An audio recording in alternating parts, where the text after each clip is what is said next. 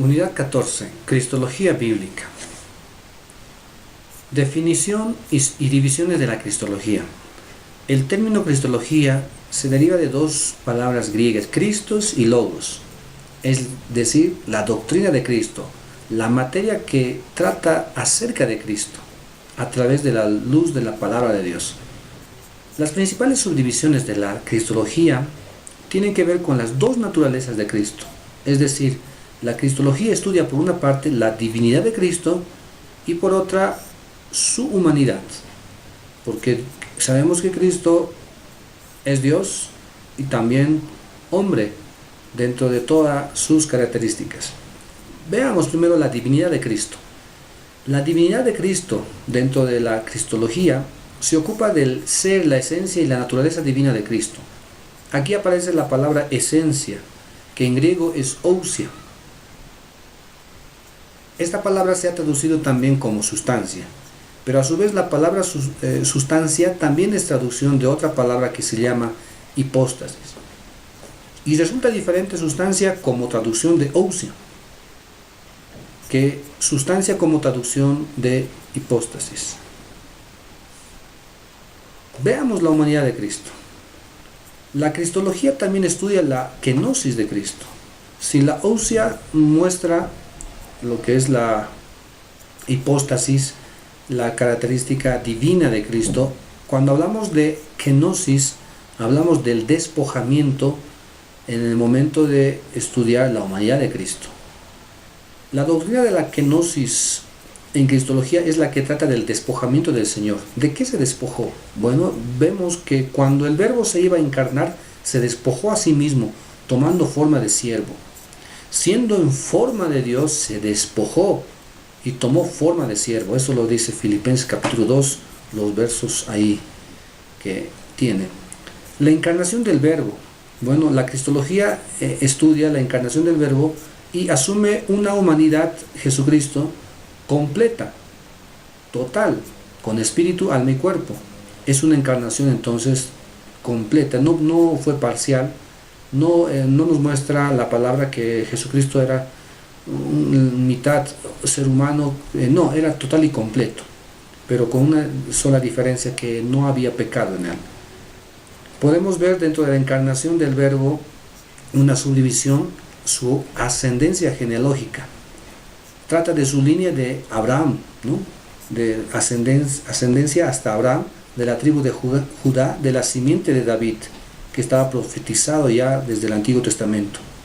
Vemos también dentro de su humanidad la encarnación del Verbo, la concepción, que fue verdaderamente inmaculada, que no fue obra de hombre, no quedó embarazada María por José, sino que fue embarazada María por la obra y gracia del Espíritu Santo.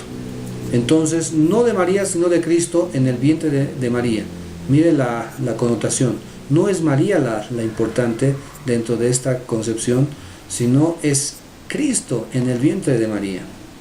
Vemos el nacimiento. ¿Cómo fue el nacimiento del Señor Jesús? Bueno, conocemos de manera general que nació en Belén de Judá. Pero ahora el vivir humano, su crecimiento, su aprendizaje, su perfeccionamiento, sus tentaciones. La Biblia dice que Él crecía en gracia, en estatura, en sabiduría. Su aprendizaje como hombre, porque como Dios no tenía nada que aprender, claro, pero como ser humano tenía que aprender, tuvo que aprender un oficio, era carpintero. La palabra dice que aprendió la obediencia por medio del sufrimiento, su perfeccionamiento, pues habiendo sido perfeccionado, dice, por aflicciones, vino a ser el autor de la eterna salvación.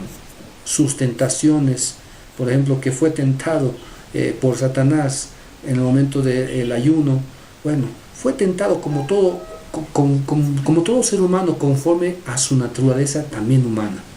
Por lo tanto, la cristología estudia estos puntos, y esto revelado en la palabra de Dios y los datos que encontramos principalmente en los evangelios. Vemos también dentro de la cristología y el tema de la encarnación de Cristo, del Verbo, vemos ahora su muerte.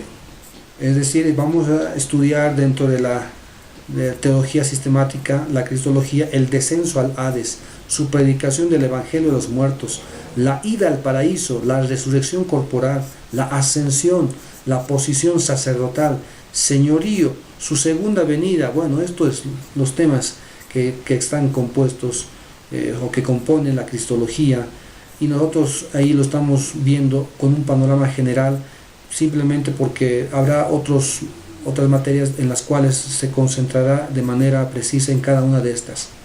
También la cristología estudia las herejías cristológicas. Vienen a anular alguna naturaleza. Por ejemplo, algunos dicen que solamente era Dios, no era tan humano, o era humano y no era medio Dios. Bueno, acá tenemos algunas que van tratando de dar una respuesta lógica a este milagro tan maravilloso que lo encontramos en la palabra. Ahí tenemos al ebionismo, docetismo, al gnosticismo, asianismo, sabelianismo, adopcionismo, monarquismo, modalismo, patripacionismo. Estas herejías cristológicas intentan dar una respuesta a aquello que humanamente no se puede entender, porque para las personas naturales lo espiritual no tiene sentido y es locura. Sin embargo, para nosotros entendemos que Cristo nuestro Señor era tanto Dios y hombre al mismo tiempo, 100% Dios, 100% hombre, de tal manera que Él es la revelación perfecta de Dios, que era inalcanzable. Él lo da a conocer, pero también al ser 100% hombre, vino a cumplir con el mandato de Cristo, y su humanidad sin pecado nos llevó a nosotros a la salvación.